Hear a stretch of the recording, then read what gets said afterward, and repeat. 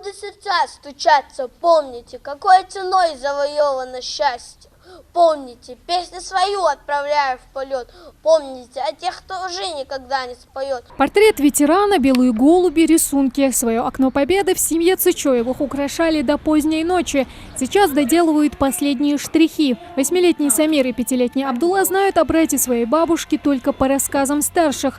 Ведь он умер задолго до их рождения. Но не видели, не значит, что не помнят и не знают о славном боевом пути красноармейца. Хусейн Зайтович Миржоев в ряды советской армии был призван в 1941 году. Защитник Сталинграда, Ростова, Западной Украины прошел всю войну.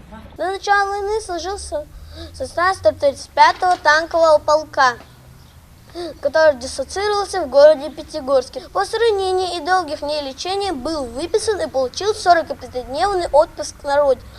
После отпуска снова пошел на фронт. Уже в Сталинградске был контужен. Вернулся с войны в 1945 году в город Кокчетав, где находилась его семья. Имеет 6 медалей, орден Отечественной войны 2-й степени. Не стало Хусейна Зайтовича 20 лет назад, но родные и близкие помнят и гордятся им, стараются брать пример с ветерана. Еще одно окно победы, еще одна история. Чтобы превратить его в настоящее произведение искусства, Амина Цычоева постаралась на славу. Еще бы, ведь это дань памяти ее родному деду Зааму Цычоеву. Сержант, в его обязанности входило размагничивание бомб. Занятие рисковое, но в то время смерть поджидала на каждом углу. Он служил в отдельном танковом батальоне военной части 9140. Он был дважды ранен в Ленинграде. Первый раз, когда его ранили, его переквалифицировали на другую должность. В госпитале Куйбышев, где он был доставлен, когда был впервые ранен, его наградили медалью за отвагу. Его переквалифицировали на другую должность. Он с риском для жизни каждую секунду размагничивал и обезвреживал зажигательные авиабомбы. Так, признав негодным военной службе после второго ранения, его отправили в Казахстан, вслед за депортированным народом. После войны Заам Цычоев прожил чуть больше 30 лет. Все это время он лечился. Боевые раны не давали покоя ни днем, ни ночью. Однако стойкости и чести никогда не терял. Такими запомнился близким. Нисхо, борт, справедливость, отдых вегасский метал, я учил, ерси метал. Изметти каштож, варз духу малочхан, тхогутя. Ыштхал, нахс бартхал, куан лом ыштхо дахча оқтығын нахтыр оқ тілелдой. Нахтыр бартыца амар дахчан дыне ыштхалы жия, ызарсын даккик. И таких историй по всей Ингушетии наберется сотни. Даже ходить далеко не надо. Вот к памятной акции присоединились и в Сунджи. Во имя всех тех, кто жив, и тех, кого уже нет, и тех, кто будет потом.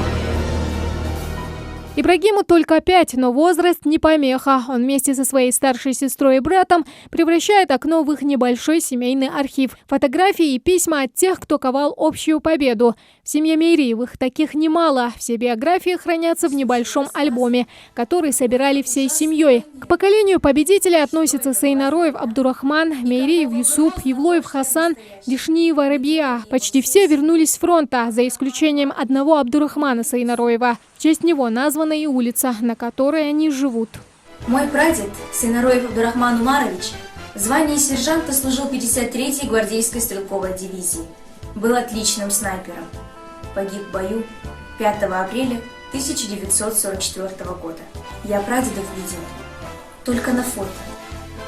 Я знаю о них по рассказам семьи. И мне рассказать всем на свете охота, что они воевали, чтобы выросли мы. Похожие и в то же время разные судьбы. Кому-то повезло выжить в тех сражениях и вернуться к семьям, поведать о суровых событиях своим родным и близким. А кто-то остался лежать у незнакомого поселка на безымянной высоте. Но как бы там ни было, мы, потомки, должны свято чтить память о них, наших храбрых воинах. Тамара Хашагульгова, Магомед Шоухалов, Новости 24.